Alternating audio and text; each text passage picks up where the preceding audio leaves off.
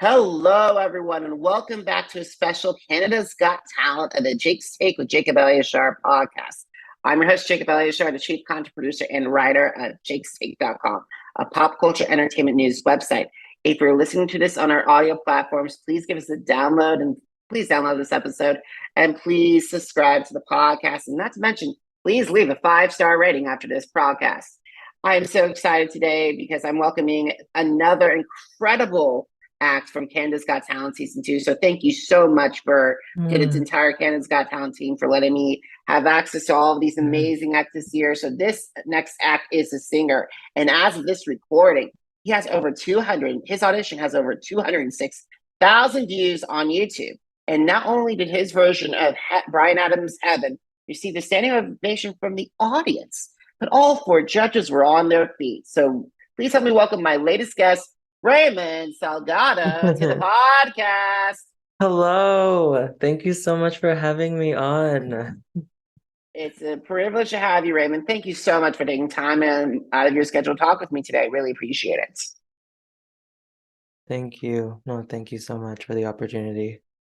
You're so welcome. So, when did you get interested in performing, and how did that passion evolve into the desire to pursue a career in the recording industry? So, when I was around maybe 11 years old, I remember my mom putting me into this local competition. And I wasn't experienced at the time. I didn't really explore my music abilities, but my parents would always like constantly say to me, like even now as a kid, I'd always be like singing and humming along in the car as a child. My dad actually was telling me the story like maybe a few days ago that they would play ABBA in the car and I would just be humming along the whole time. And my dad was like, what the heck? He's like, humming to the melody and just like singing along. And um it's interesting because I was put into like a lot of other activities that were like non-music related. So I remember getting put into like taekwondo and like basketball, lacrosse, all these after school activities, and like they didn't really stick with me. Piano was like essentially the first instrument that I played and started learning before I went into singing at 11 years old. And when I did this talent competition, like being inexperienced, not having any like stage, experience either in performing or even like any lessons, I managed to win my category as an 11-year-old. And um, coincidentally, um, the judge who was one of the people on the panel, she ended up being my vocal teacher of over 10 years. I ended up training with her, and her name is Andrea Bertram. Shout out to Andrea because she is like one of the reasons why I have the voice that I have today, and also just my mom pushing me, my parents like pushing me in the music direction. Because, when you're a kid and you're just like trying to figure out like what your interests are, that was sort of the starting point of realizing that I had this gift. And my teacher even said to me, maybe when I was 12 or 13, um, that if I continued to sing and practice, that I would be somewhere one day. And I believed her because a lot of the time, like I just didn't feel like I was enough. And there was this whole idea in my mind stemming to like my childhood of trauma and how I was being treated in school, in elementary school and high school too.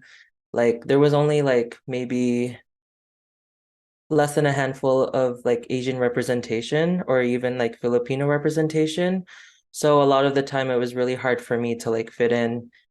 And so like with music and everything that has happened like recently and in the last 10 years has honestly been a surprise.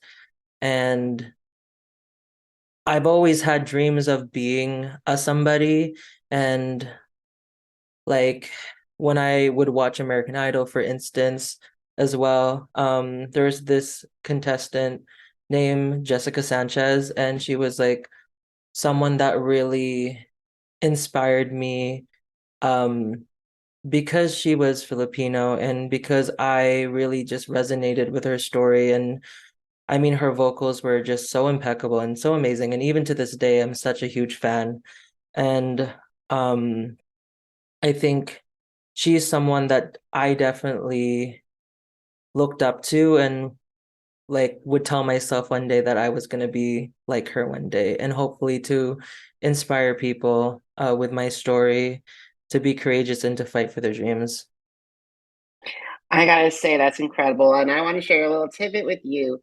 Because way back in 2016, I did interview Jessica over the phone. Oh my gosh, that's so cool. And guys, you can check out that interview as soon as you're done listening to my interview with Raymond. And she is an amazing, and I hope she would be so proud of the inspiration you're becoming right now. Thank you. Thank But you. however, let's talk about another recording artist that you impressed, because before CGT, you actually did a cover of Demi Lovato's "Sober" for a Yeah. feature in Glamour. And in a feature with Glamour, she reacted to your performance. So, what did it mean to you to receive that praise from Demi? Oh my gosh. Like, I remember watching Camp Rock as a child for the first time on Disney and hearing their incredible voice and just their aura and, who they were. And I still am such a huge fan of Demi's work.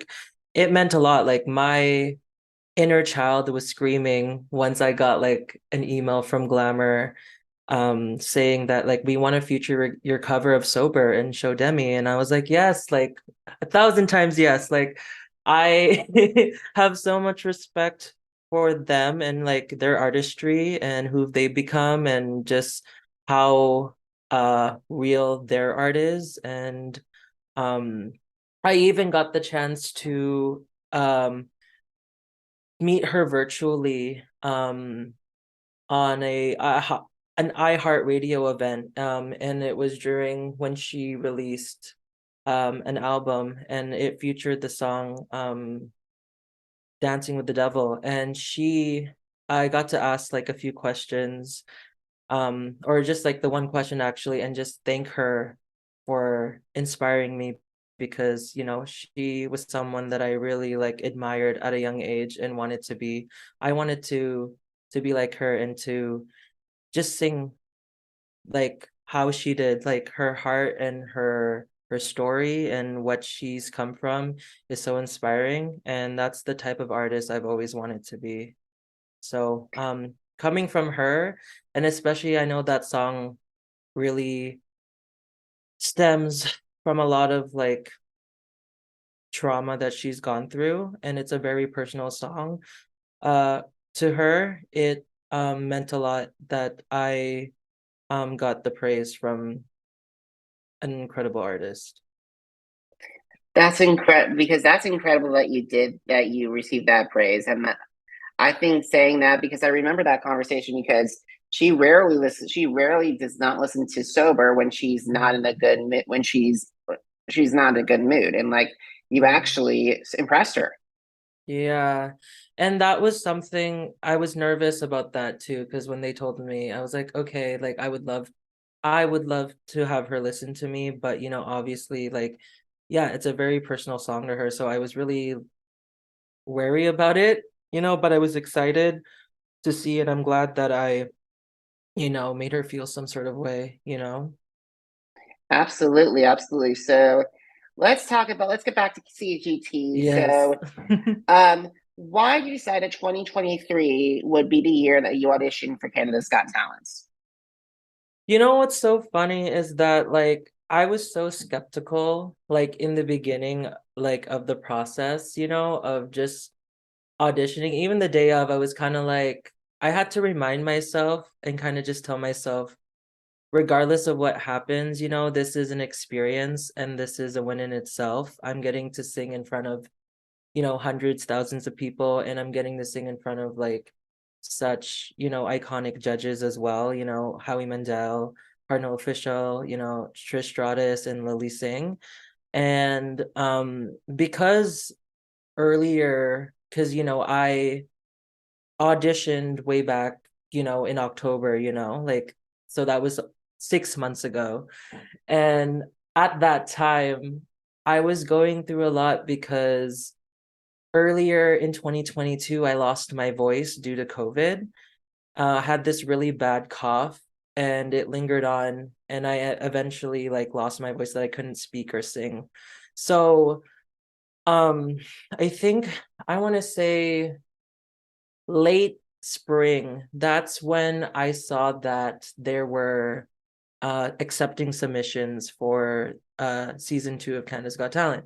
And so I was like, well, what do I gotta lose? I mean, like, I know that in the past I've been rejected left and right, but at the end of the day, when you love something so much and when you're so passionate about it, you know, you're gonna do what you can to like fight for your dreams. And I have remained just really resilient and kind of just like, whatever happens, like you have nothing to lose.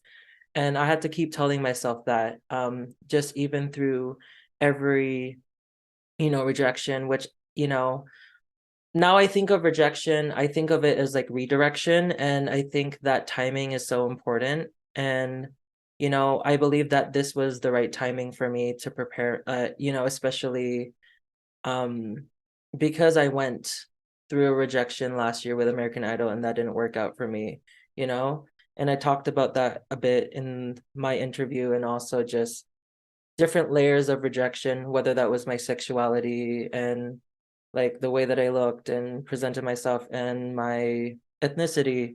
So, there is a lot of emotions that stem um from that. And I think that I just wanted to do it for myself this time because I've always been such a people pleaser. And I wanted um to just like put myself out there and really like give myself the opportunity to share with Canada, to share with the world what I've loved ever since I was 11 years old. And surely enough, like that was, you know, enough for the judges and for the audience that were watching that day. Because I mean, it's such a surreal experience being able to be on a TV show, because you watch these people like growing up on American Idol and all these like, well-known TV shows.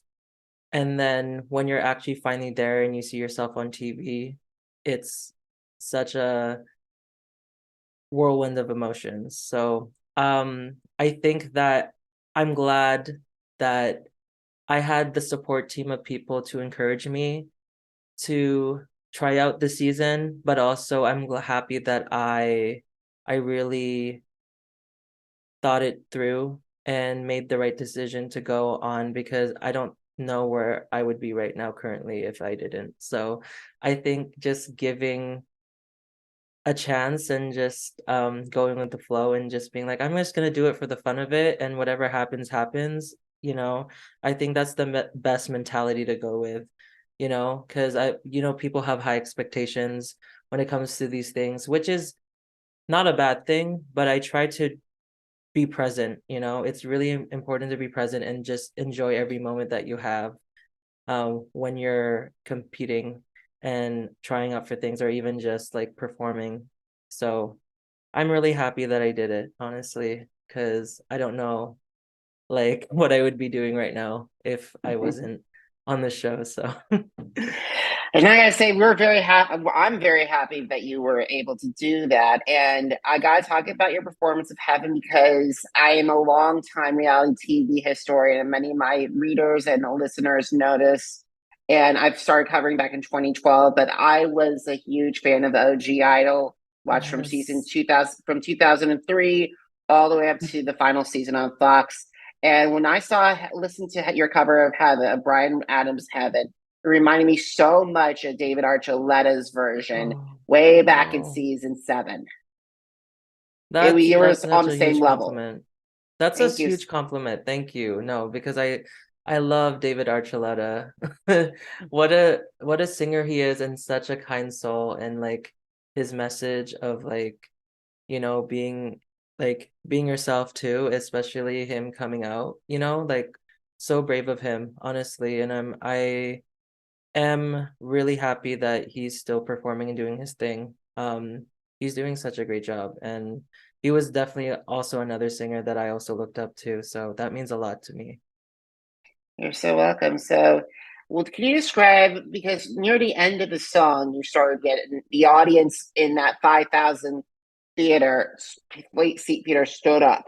And Yeah, then as you got to the end, all four judges stood up. So what did that mean to get that kind of feedback after being rejected from Idol that it year, was last such year? a redemption moment for me. I think like because with everything that I went through, auditioning for Idol, not getting, a golden ticket, and then losing my voice and struggling confidence wise, I'm proud of myself because like I ended up picking myself back up and being like, you know what, I'm gonna try again, and regardless of what happens, like we're still gonna keep going and we're still gonna keep fighting because this is what I love doing. And I think that passion is something that you can't teach people. Like you have to have that in you.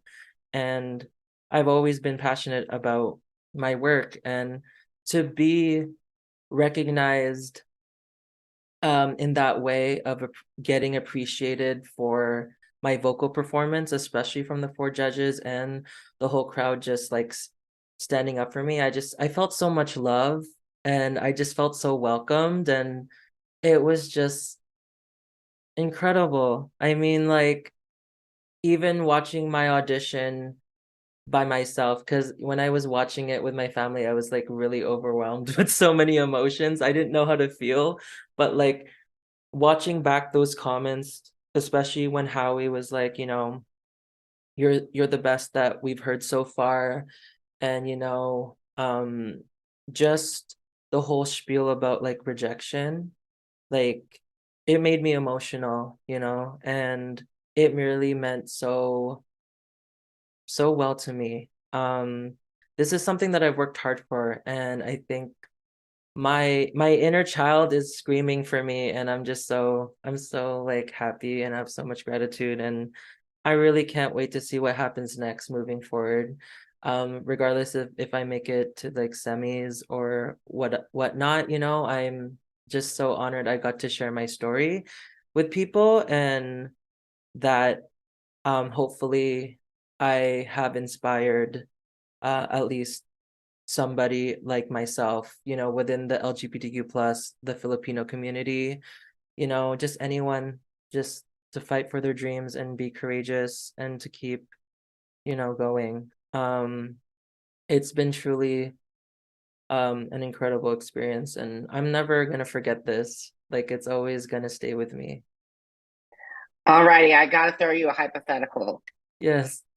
All right, so if you make it to the semifinals and Canada votes advances you to the finale, and if you make it to finale night and Lindsay Ell, the host, reveals that you won Canada's Got Talent season 2, how would that win change your life? Oh my gosh. I don't even know because like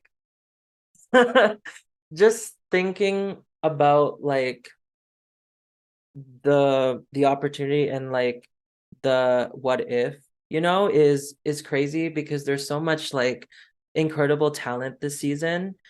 And I think, if that were to be the case of winning, oh, I don't even know. Like I think I don't think I'd be able to process it like right away. I think that if I were to win, I would be so happy to just represent the Filipino community, first and foremost. Because that community, especially because I am full Filipino, both of my parents were born and raised in the Philippines, and are they from there? And so like I think that would be like an awesome and such an incredible honor to just represent the Filipino community and the LGBTQ plus too.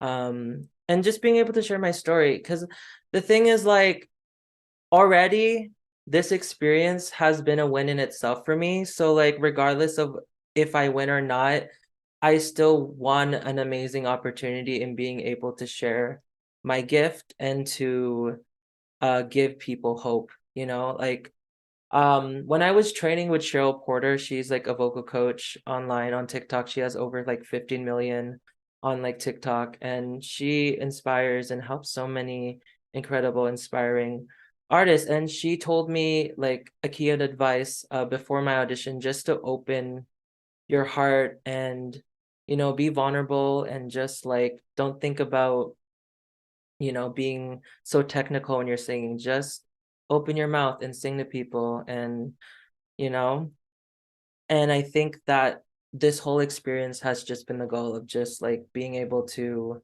put myself out there, to inspire people, and to make a difference in people's lives, you know, with music, because music is such a powerful thing. So um regardless of what happens in this competition, I'm always going to be grateful for the friends that I made, the connections, being able to sing in front of thousands of people, and, you know, moving forward in life, you know, regardless of what I do, I know I'm always gonna sing, and I'm always gonna have this gift that not a lot of people have, and I'm always gonna be grateful for that.